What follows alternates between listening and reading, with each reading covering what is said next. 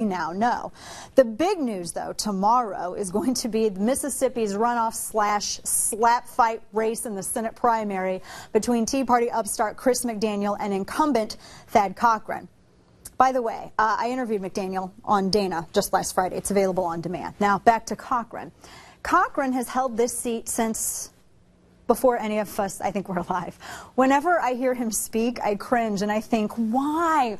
Why don't they just let him retire in peace? Seriously, why? Why is he still in this seat? I'm not being ageist, but I am saying that a dude who's held a seat for decades has no business holding it a term longer, especially as he's one of the more moderate members of the Senate. With immigration, gun rights, and all of these other issues pressing, do you want a lion in the office? Or do you want a guy who kept forgetting the reporter traveling with him for a day? The Senate Conservatives Fund are sending They're sending poll watchers to monitor elections in the event that Thad Cochran forgets that he already voted for himself once. I don't mean to be mean, but did you check out the story on him from the Atlantic Smalley Ball? Yeah, the excerpt. Cochran didn't pose for any pictures during his brief sweep. As he made his way towards the exit, the senator held out his hand to me. I had met and interviewed him less than a half an hour before. "Hello, how are you doing?" he said with a kindly smile. "I'm Thad Cochran." Come on, this is elder abuse. It's also abuse of the trust of the American people. Stories of fraud are already rampant, voter fraud in Mississippi, that is, so much so that it prompted True the Vote and other groups to travel to Mississippi to help maintain voter integrity.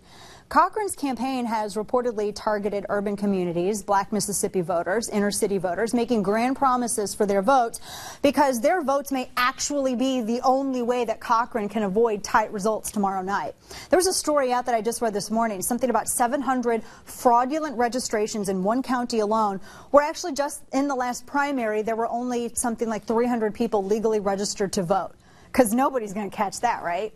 Why are Republicans so terrified to have a competitive seat? I understand strategy, but we're at the point in history where we can't afford to be sheep where we need to be lions. We kind of need to take inventory of our safest seats and target those for like Ted Cruz-esque replacements or Mike Lee-esque replacements. These are the districts, the safer districts, where we can afford to take chances and shift the direction of the party. Now, Adam Brandon of FreedomWorks joins me to discuss this race. Now, Adam, yes. First of all, it's good to see you here. Thanks for joining us in Dallas. Thanks for having me.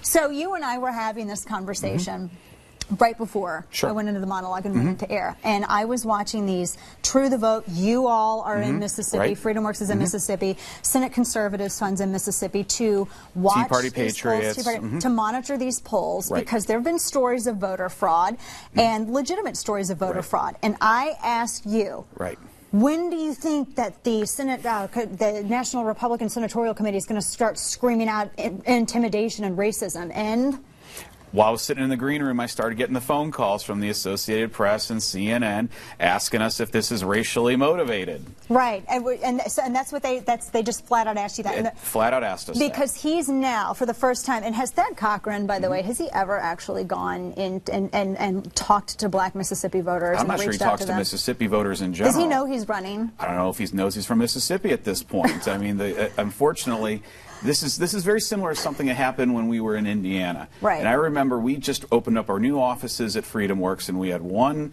candidate show up, and that was Dick Lugar. And Lugar walked around the office 3 times introducing himself to everyone. He had no idea why he was there. He kept forgetting that he introduced folks. And that's when I learned, with these guys who are in office for so long, the reason that they keep running, I believe, is they have all these former chiefs of staff, and they have all these former communications directors, and they make their money on K Street, and they make their money because they can pick up the phone for that one office. So it's not so much about Thad Cochran, it's about we're pulling up this entire network of K Street lobbyists and everything, and that's why sometimes you got to rip out the weeds. Absolutely. You know, how is McDaniel polling right now? Last I read, he was what, 8 up? Yep, I keep seeing I get really nervous about polls. I know. So like, I almost don't want to talk about it right now. Because yes, he is up, and I think he has momentum. And one thing I think is interesting is I think there was some momentum when he made it to the runoff. That bounced all the way to Virginia. And then you had that victory, you know, when Cantor lost with Bratt, and now that momentum's going all the way back to Mississippi. So I think that's why you see some of that bump is when people realize some of these icons who have been running the state for 40, 50 years. It's like they're kind of like Castro. They've just always been there. Right. So how does Mississippi function? And they indulge their special interests. Exactly. But when they finally see that, like, wow, Mississippi can actually have a senator like that guy Ted Cruz over there. Hey, that's the type of guy I want representing. Yeah, that's exactly what you want to see. Exactly. Now, in this, you know, looking at Thad Cochran going up against Chris McDaniel, seeing that McDaniel is doing well. Right.